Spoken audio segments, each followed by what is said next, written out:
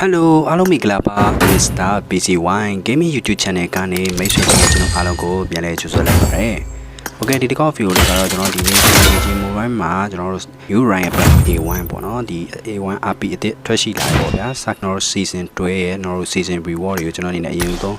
းရယူမှာဖြစ်ပါတယ်။အခုကျွန်တော်လောလောဆယ်ကတော့ဒီ Circle Reward တွေကတော့ကျွန်တော်တို့အရင်ကတော့ AC ကျွန်တော် Master ဖြီကိုရောက်လိုက်ခဲ့တယ်ပေါ့နော်ရောက်ခဲ့တယ်အခုတော့ကျွန်တော် Circle Reward တွေရရှိမယ်ဒီတစ်ခေါက်ကျွန်တော်တို့Circle 4 Season 12မှာရရှိလာမယ့် Reward တွေကတော့ကျွန်တော်တို့လုံးဝကျွန်တော်တို့ Circle Reward တွေပါရရှိမယ်ပေါ့နော် Circle Reward ဆိုတာမိတ်ဆွေတင်ကျွန်တော်အနေနဲ့လုံးဝ Matic Skin တွေပေါ့နော် Season 3ခုပြီးမှဒီ Matic Skin တွေကိုတော့လုံးဝ Circle ပေါ့နော် Season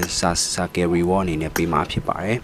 ်ဒီ Circle Reward တွေအနေနဲ့ရယူခြင်းနဲ့ဆိုရင်တော့မိတ်ဆွေတင်ကျွန်တော်အနေနဲ့ဒီ Season 3ခုလုံးကိုတော့အနေနဲ့ ACE ကိုရောက်ရှိရမှာဖြစ်ပါတယ် AC ရောက်ရှိလိုက်တဲ့တက်ဒီသူရဲ့တော့ Alpha Skin တွေ Hack Gear တွေပြီးကျွန်တော်အနေနဲ့ပြီးတော့ Skateboard တွေပါရရှိမယ်ပေါ့နော်ခုတော့ Ryan Bat A1 ရဲ့တော့ RP အသစ်ကိုကျွန်တော်အနေနဲ့ Ryan Bat RP ဖွင့်မယ်ပေါ့နော်ကျွန်တော်အရင်တော့ RP ကိုကျွန်တော် pre order တင်ထားတယ် UC ကျွန်တော်1800ကျော်နေပေါ့နော်RP ကျွန်တော် black ကိုဝယ်ထားတယ်ဒီ RP black ကိုကျွန်တော်အနေနဲ့အခု RP ဖွင့်လိုက်ပြီပေါ့နော် Okay ဒီ RP black ကိုဖွင့်လိုက်တော့မယ်ဆိုမိတ်ဆွေတကယ်ကျွန်တော်ရဲ့ RP ကပေါ့နော် RP ကျွန်တော်တို့1နေကျွန်တော် RP ကျွန်တော်30ပေါ့နော် RP 30 ထိကိုတန်းပြီးတော့ရောက်သွားမယ်ပေါ့နော်ဒီ RP black ကိုကြိုးဖွင့်ထားလိုက်တဲ့အတွက်ကြောင့်မိတ်ဆွေတကယ်ကျွန်တော်အနေနဲ့ပြောရမယ်ဆိုရင်တော့mission တွေလုံးဆရာမလို့ပဲနဲ့ RP ပြောရမယ်ဆိုရင်300ကျော်တန်းပြီးရတယ်ပေါ့နော်။ RP ကျွန်တော် RP black ဖွင့်ထားတဲ့သူတွေအနေနဲ့ avatar frame တွေရရှိမယ်ပြီး RP 300ကျော်လည်းတော့ရရှိမယ်ပေါ့နော်။ဒီမှာတော့ကျွန်တော်အနေနဲ့မြင်ရတော့လုံးဝတော့ဒီတစ်ခေါက်တော့ Ryan Bat A1 မှာရရှိလာမယ်တော့ RP 100တော့ Matic Skin ပေါ့နော်။ဒီ Matic Skin ကလုံးဝကိုမိုက်တယ်ပေါ့နော်။ customize ကိုကြိုက်သူလို့လုပ်လို့ရတယ်သူ့မှာပါဝင်လာတဲ့တော့ crystal လေးတွေနဲ့တော့ upgrade မြင့်ပြီးတော့ကျွန်တော်တို့ဒီAlpha Skin ကိုလုံးဝတော့ upgrade တင်လို့ရတယ်ပေါ့နော်အဆိုးပြနော်တော်လေးမိုက်ပါတယ်ကျွန်တော်တော်တော်လေးကြိုက်တယ်ဒီ Ryan Bat ဒီမှာပါဝင်လာတော့ Alpha Skin တွေတော့ Hack Gear ပြီး upgrade ခံနေပြီးကျွန်တော်တခြားတော့ skin တွေကလည်းတော်တော်ကြီးမိုက်တယ်ပေါ့နော်ဒီတစ်ခေါက်ပြောင်းလဲလာတဲ့တော့ Ryan Bat မှာလည်းတော့ RP point တွေလည်းအများကြီးရမယ် mission တွေလောက်ရမှာလည်းတော့ week 80ပါဝင်တယ်ပေါ့ဗျာ week 80ပါဝင်တယ်ဆိုတာဒါတော်တော်လေးကိုများရပေါ့နော်ပြောရမယ်ဆိုတော့အချိန်2လလောက်ထိကျွန်တော်တို့ဒီ Ryan Bat mission တွေကိုဖြည့်လို့ရတယ်ပေါ့နော်Okay ခုကျွန်တော်ဒါကတော့ RP ဖွင့်လိုက်တဲ့သူတွေအတွက်နောက်ကျွန်တော် week အတွက် RP ကြိုဖွင့်လိုက်တဲ့ကက်ကလေးပေါ့နော်ဒီကက်ကလေးကမိတ်ဆွေတကယ်ကျွန်တော်အနေနဲ့ RP တွေကျွန်တော်တို့ပြောရမယ်ဆိုပုံမှန်တိုင်းဖွင့်သွားတဲ့သူတွေအတွက်ဆိုရင်တော့ free ရရှိမယ်မိမိတို့အနေနဲ့ခုမှ RP ကြိုဖွင့်တဲ့သူတွေဆိုရင်တော့ဒီကောင်လေးကိုကျွန်တော် UC 80ကျော်နဲ့ RP ပလက်မှာကျွန်တော်တို့ကြိုပြီးတော့ဖွင့်ရတဲ့ဟာမျိုးပုံစံမျိုးပေါ့နော်အဲ့လိုမျိုးဖြစ်မယ်ကျွန်တော်ကအခု RP ပလက်ဝယ်ထားတဲ့အတွက်ကြောင့်မလို့ emote တစ်ခုရရှိမယ်ပေါ့ဗျာဒီထဲမှာကျွန်တော်အရင်လိုချင်နေတဲ့ဒီ emote လေးတစ်ခုထွက်ရှိလာတယ်ပေါ့နော်ဒီကောင်ကတော့မိတ်ဆွေတကယ်ကျွန်တော်မြင်တဲ့အတိုင်းပဲပေါ့နော်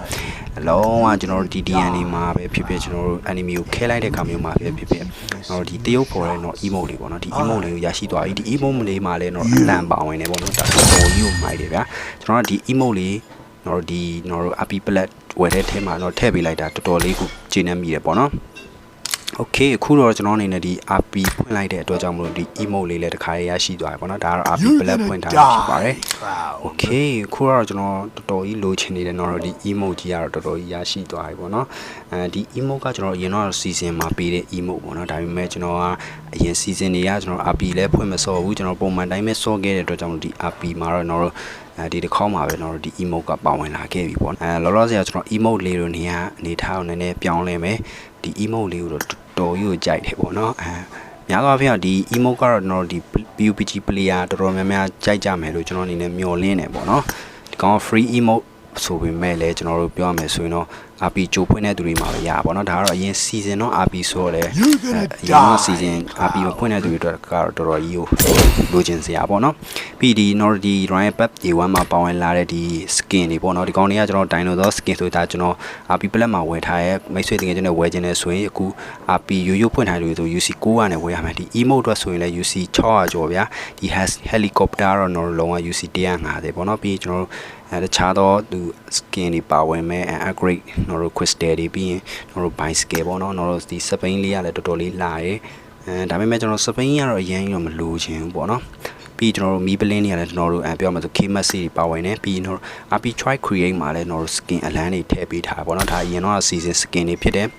Okay ခုဆိုတော့ကျွန်တော်အနေနဲ့ Ryan ရဲ့ pack ကိုဖွင့်လိုက်ပြီပေါ့ဗျာ Ryan pack ကတော့တော့ A1 အသစ်ပေါ့နော်ဒီ A1 အသစ်ကမိတ်ဆွေတကယ်ကျွန်တော်နဲ့ Matic skin တော့ outfit skin နှစ်ထည့်ပါဝင်မယ်ပြီးကျွန်တော်တခြားသောတော့ upgrade gun တွေလည်းပါဝင်မယ်ပေါ့ပြောရမယ်ဆိုရင် upgrade weapon ပေါ့နော်ဒီကောင်လေးပါဝင်မယ်ပေါ့ဗျာမိတ်ဆွေတကယ်ကျွန်တော် RP ဖွင့်ပြီးလားပေါ့နော်ဒီ Ryan pack A1 တော်တော်လေးမိုက်တယ်ငါ RP ဖွင့်ပြီးလားမဖွင့်ရသေးဘူးလားဆိုတော့ကျွန်တော်ဒီ video ရဲ့ comment မှာဝင်ရောက်ပြောကြားနိုင်ပါတယ်ဟုတ်ကဲ့ပါယခု video လေးကတော့ဒီလောက်ပါပဲเนาะဒီ video လေးကိုကြိုက်နေတတ်တယ်ဆိုရင်မိတ်ဆွေတကယ်ကျွန်တော်အနေနဲ့ like and subscribe ပြုလုပ်နေပါတယ်ကြည့်ရှုအပေးကြတဲ့မိတ်ဆွေတကယ်ကျွန်တော်ဒုတိယချင်းများကျေးဇူးတင်ပါတယ်နောက် video မှာပြန်တွေ့ကြမယ်เนาะကဲအားလုံးပဲ bye bye